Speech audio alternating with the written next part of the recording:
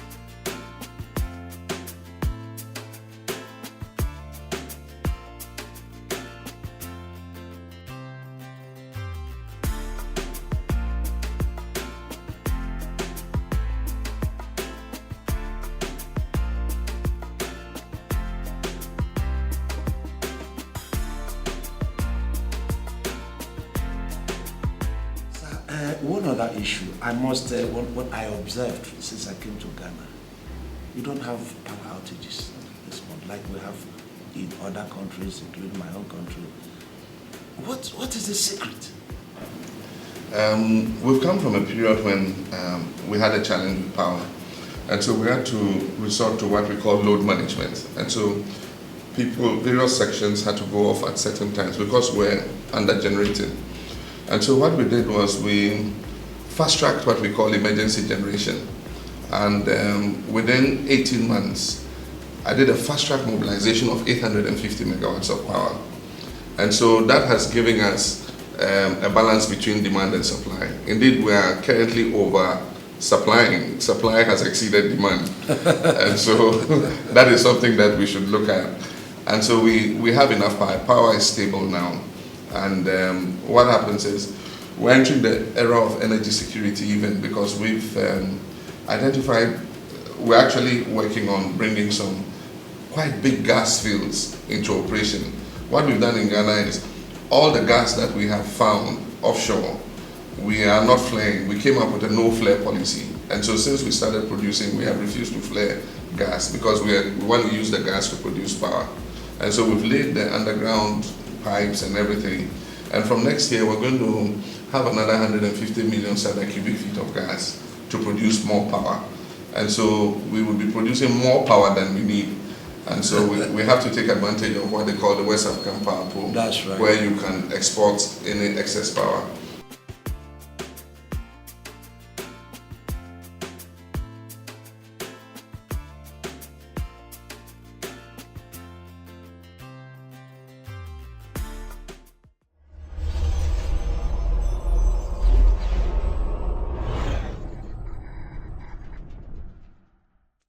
Wicked and I never. One day things will get better. We got me found in Ghana, America and Jamaica. I they count my paper, I know make granny feel hater. Hey, yeah, you want me on it. You know say me love you only. Me love how you wine for me. You kill me when you call me. My heart desire, you are the only one I require. I require forever, forever, forever. You know say I no go fit take another. Make them talk, I no go bother. If it no be you, then my paper. Oh yeah, my paper. Oh yeah, frankly paper. Inshallah. Let them alone, 'cause them in my love.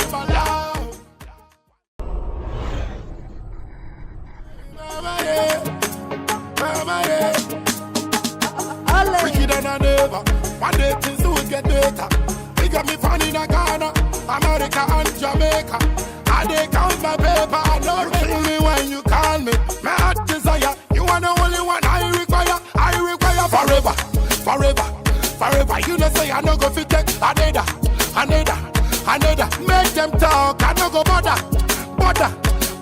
If it no be you, then my paper. Oh yeah,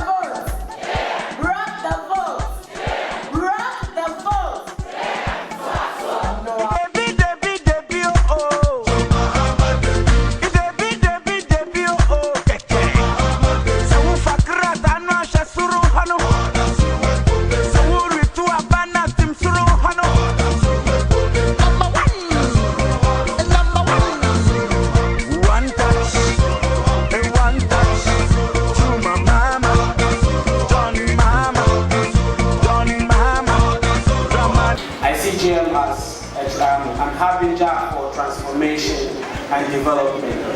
Whenever I see JM in the palace of the chief of Zongo, the next day you hear something big in the community. Yesterday we saw him at the Swansea Central Mosque, and today we saw a commissioning of a school at Papusu, which is totally a Muslim community. Now, when I talk of development, when I look at the Tamale Airport, it was a backwater airport before JM. But this year we had 2,000 pilgrims flown from Tamale direct to Medina, which is a reason why I will vote for JM, not only as a president, but he's bringing a whole new meaning to the word president.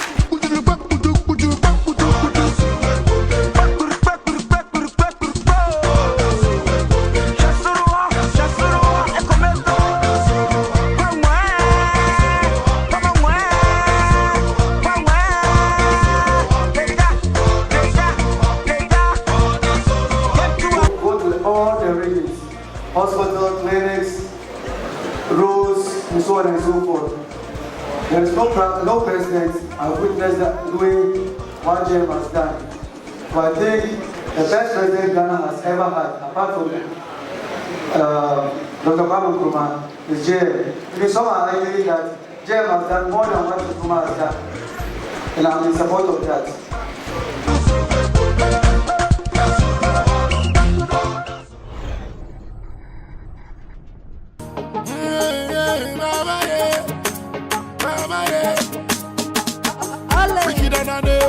One day things will get better.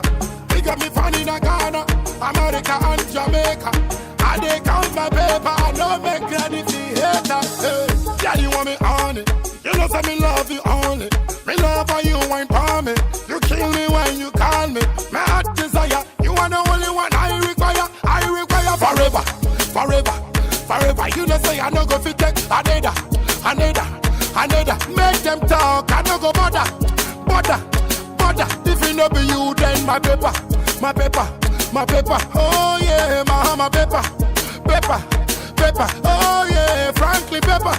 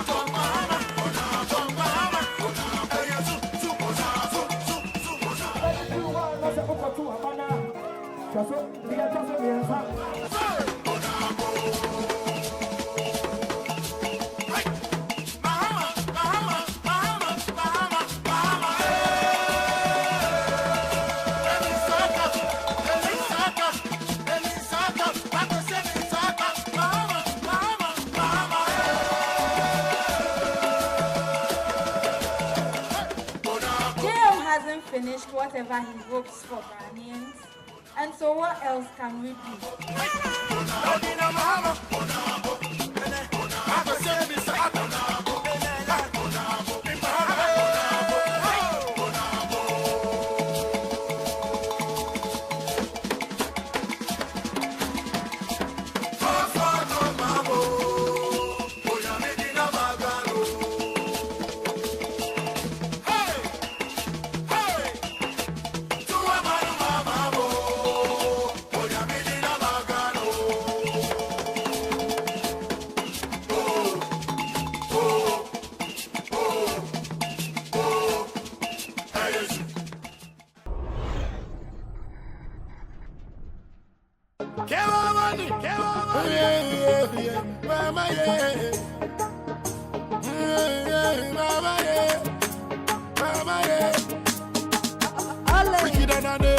One day things will get better.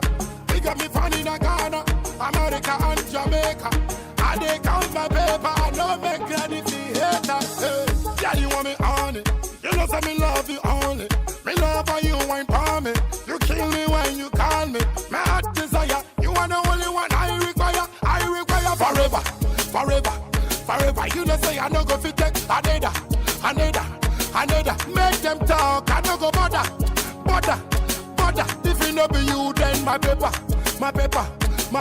Oh yeah, my paper. Oh yeah, frankly paper.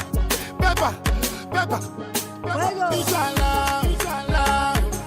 Let them alone, 'cause them in my love. Why they say that me yaro.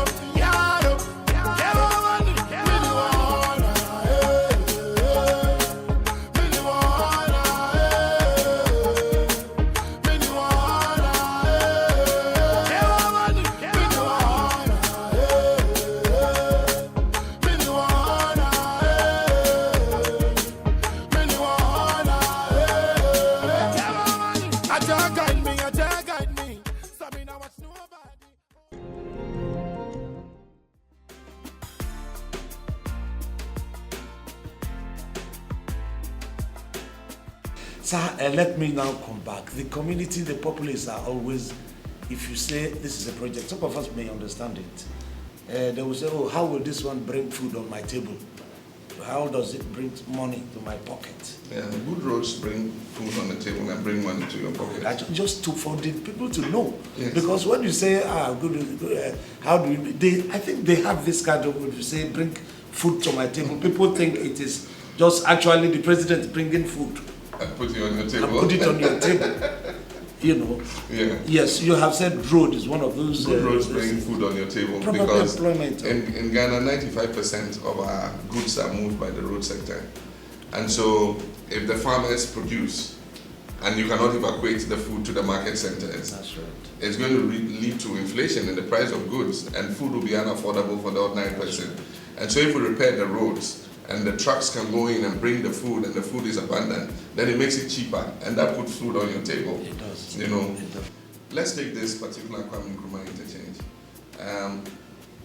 On a day, 200,000 vehicles use that particular interchange. And before we built the interchange, there was a great lock. I mean, vehicles, people sit in traffic for hours. I've had experience myself. You waste fuel by sitting in there. And the most precious commodity in the world is time. You sit in traffic for 2 hours, that is 2 hours of your life gone, you will never get it back, which you could have been doing something productive. And so when you free up gridlock and allow people to move easily, it stimulates economic activity, it saves money, it puts food on the table for people. When you do infrastructure, it creates avenues for employment. We're building 200 schools. It's Ghanaians who are going to teach there. It's going to provide employment for teachers, and it's going to put food on the table of these teachers because they get employment. We built nearly 50 health facilities, hospitals, polyclinics, and all that. It's our sisters and brothers who are nurses who are going to come and work there. It's going to put food on the table for them and their families. And so infrastructure, stimulates economic activity and provides food. Aside from that, even when you're investing in public works, like you're building roads, you're building schools and things, the electricians, the plumbers, the masons, the foremen, the tilers, the steel benders, the carpenters who are all working are receiving money for the infrastructure they're building, and that is putting money in their pocket.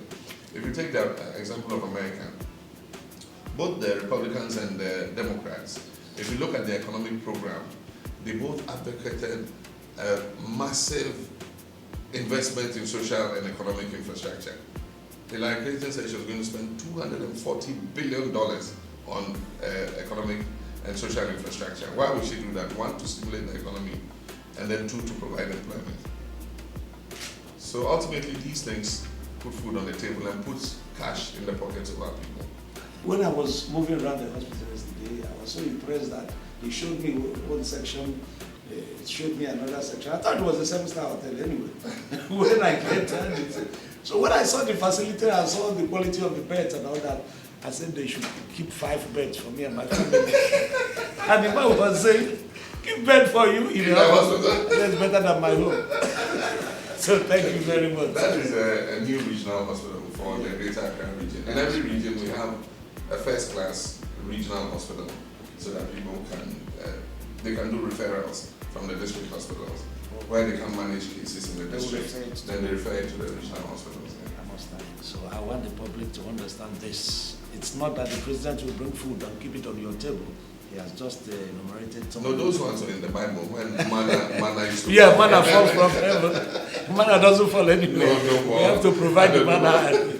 So I must thank you very much. No, thank you very much. I must say I'm impressed with what I've seen in Ghana. Thank you. And the improvement. I came, I saw, and I concur. Thank you. Thank you very much. No, we're very happy to have you. You have a very massive following in this country. I think so. People really admire you.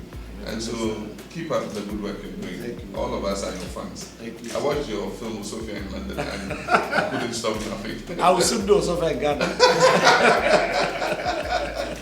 Thank you very much. Thank you very much. Thank you. Thank you. And I hope you enjoy the rest of your stay.